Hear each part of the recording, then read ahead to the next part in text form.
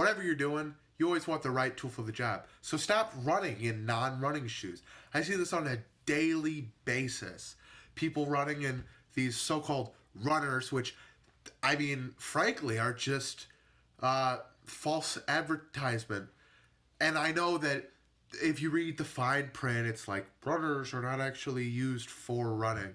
But it's a little scummy to name runners, which are shoes based after running shoes, but for the lifestyle aesthetic, what they are. They should just be called lifestyle shoes.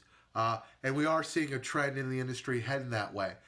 But use the right shoes for the job.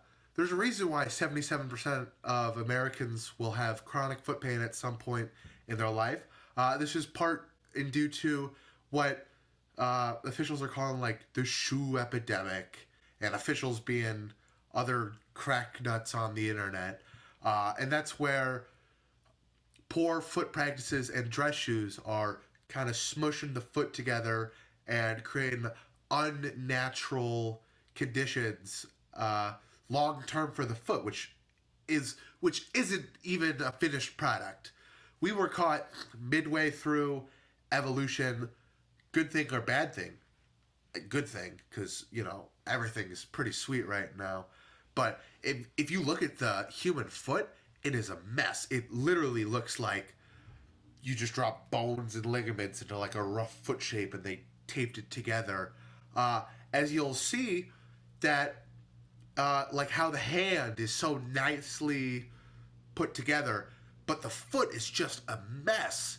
It's all over the place, and there's a reason why we're the only real bipedal mammals. It's because it wouldn't work out any other way.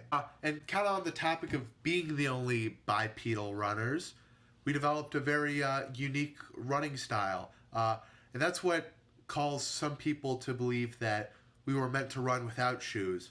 And it is true that the padding on the front of our foot was made for running. This is a style known as forefoot running, and efficient runners like ones in the Olympics and Olympic sprinters, that's why you only see that they have the spikes in the front. That's because an efficient runner only strikes in the front. But the argument that we should run barefoot because, our ancestors ran barefoot, they died just after their physical prime. Like, seriously. 25, you're out there, you're facing the world. 30, dead. That's all they had. Quite frankly, we wouldn't need shoes because a lot of this chronic foot pain comes in the later stage. So if you have the mindset of, I'm here for a good time, but not a long time, go for it. Be a barefoot runner. For me, it's not in the cards. I'm a little heavier.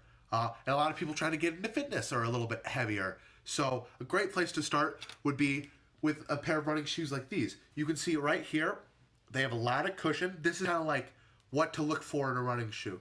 You want a lot of cushion here. Now, this is on the extreme end because these are Hokas and they're kind of known for a maximalist style. But the cushion here, you want it to compress under your foot. More in the heel than in the forefoot because not everybody is an efficient runner. And so if you were to heel strike, there would be more compression in the back than in the front. But ideally, you want to strike kind of front, heading out. And then if you look kind of in the back here, you're going to see that there is more foam, more dense foam, and I'll have a graphic where a shoe's cut in half. But unlike this inner part of the shoe, the foam is going to be denser because naturally, when we strike, our heels kind of turn in a little bit. That's neither here nor there. That's just something that we can correct through engineering.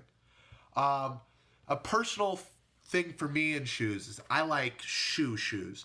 Running shoes are heading towards having like a sock upper, but I like real good tongue shoes that I can really lace down. Things you want to look for are that compression and that they're running shoes. And so I've kind of made a little bit of a pyramid. where there is good looking shoe, cheap shoe, shoe works well. You can have two. Shoe works well, shoe is cheap, it won't look good. I mean, like, these are classically categorized as dad shoes, which looks good for some, but not for others.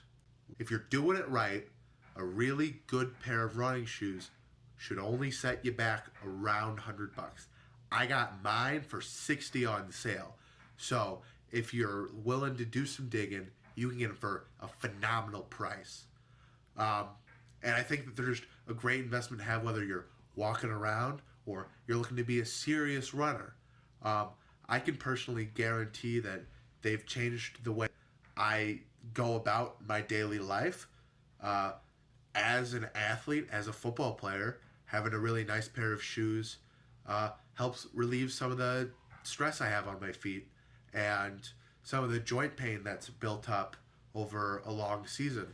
So it's working wonders for me, someone who really needs it.